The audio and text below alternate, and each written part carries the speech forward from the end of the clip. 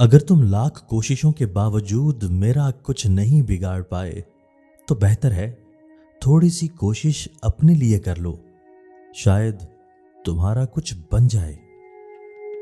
اگر کسی کو پہچاننا ہے تو اسے بولنے دو۔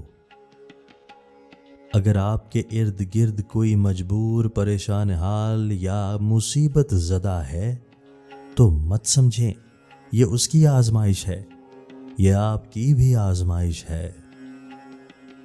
عام طور پر مردوں کو وہی عورتیں اخلاق سے گری ہوئی نظر آتی ہیں جو ان کی بجائے کسی اور سے ہنس کر بات کر رہی ہوتی ہیں۔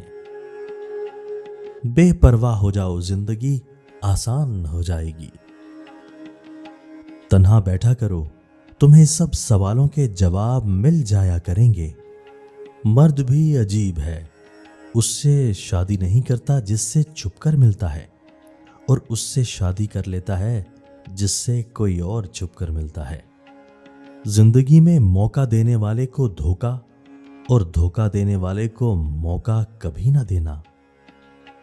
مرہم کے لالچ میں آ کر کسی کو اپنی دکھتی رگ کا پتہ دینا بھی بے وقوفی کے زمرے میں آتا ہے۔ بے وقوف مرد عورت کو کہتا ہے کہ چپ کرو، اور عقل مند مرد عورت کو کہتا ہے خاموشی تم پر بہت جچتی ہے۔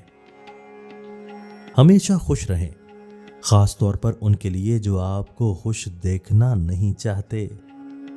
پاؤں کو مٹی سے بچانے کا طریقہ جوتا پہننا ہے، نہ کہ سارے شہر میں قالین بچھانا۔ جتنا زیادہ سوچو گے اتنا زیادہ اذیت میں رہو گے۔ یا تو خود کو مضبوط کر لو یا مصروف کر لو۔